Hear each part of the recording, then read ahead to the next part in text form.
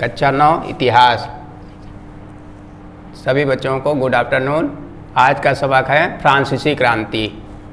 फ्रांसीसी क्रांति हम 8वीं शताब्दी के उत्तरार्ध में फ्रांसीसी समाज में अनेक जो है समस्याएं उत्पन्न हो रही थी, जिसको लेकर वहाँ के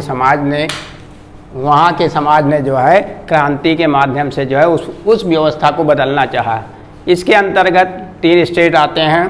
प्रथम स्टेट में पादरी वर्ग आते थे जो कि बहुत शक्तिशाली थे, और द्वितीय स्टेट में कुलीन वर्ग जो सम्भ्रांत नागरिक और धनी वर्ग होते थे वो कुलीन वर्ग के अंतर्गत शामिल थे।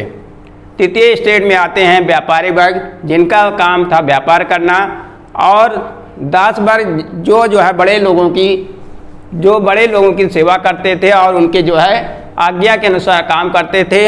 और उसके बाद अदालत में काम करने वाले कर्मचारी, किसान और श्रमिक वर्ग आते थे।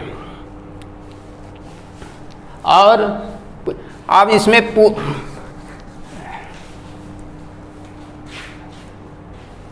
पूरी आबादी में 90% किसान थे। जो उस समय फ्रांस की आबादी थी उसमें से 90% जो थे किसान थे, और अन्य 10% में अन्य लोग आते थे, और 60% जमीन पर कुलीन वर्ग, 4/4 स्टेट के अमीरों का अधिकार था। इसका मिलती थी और अन्य सभी फैसलों में उनका जो है सम्मान था।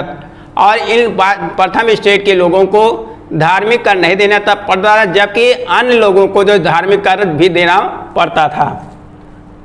और इनको कुलीन वर्ग को कुछ सामंती विशेषाधिकार भी प्राप्त थे। वो किसानों से सामंती कर लेते थे, जिनके द्वारा वे जिसका प्रयोग वे अपने शान सौगात और अन्य कार्यों में करते थे।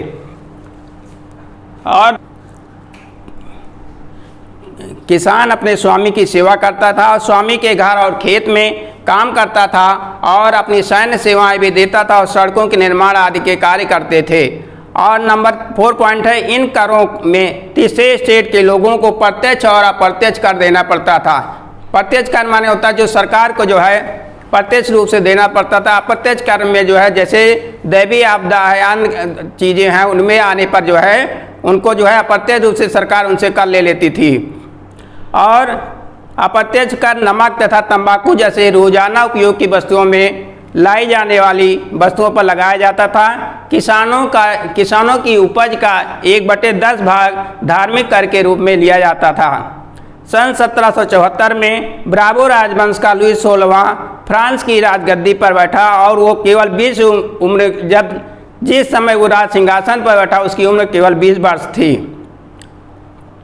उसका विवाह ऑस्ट्रिया की राजकुमारी के साथ हुआ।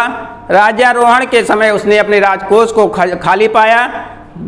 राजकोष खाली क्यों हुआ था? क्योंकि लंबे समय तक संघर्ष करने के कारण और फ्रांस के वित्तीय संसाधन नष्ट हो गए थे, और वर्साय के विशाल महल और राज दरबार की शान शौकत को बनाए रखने के लिए फिजूल खर्ची अलग से होती थी, जिसके कारण जो है सारा खजाना खाली हो गया, और लोग वहाँ की जनता को जो है क्रांति करने के लिए विवश होना पड़ा।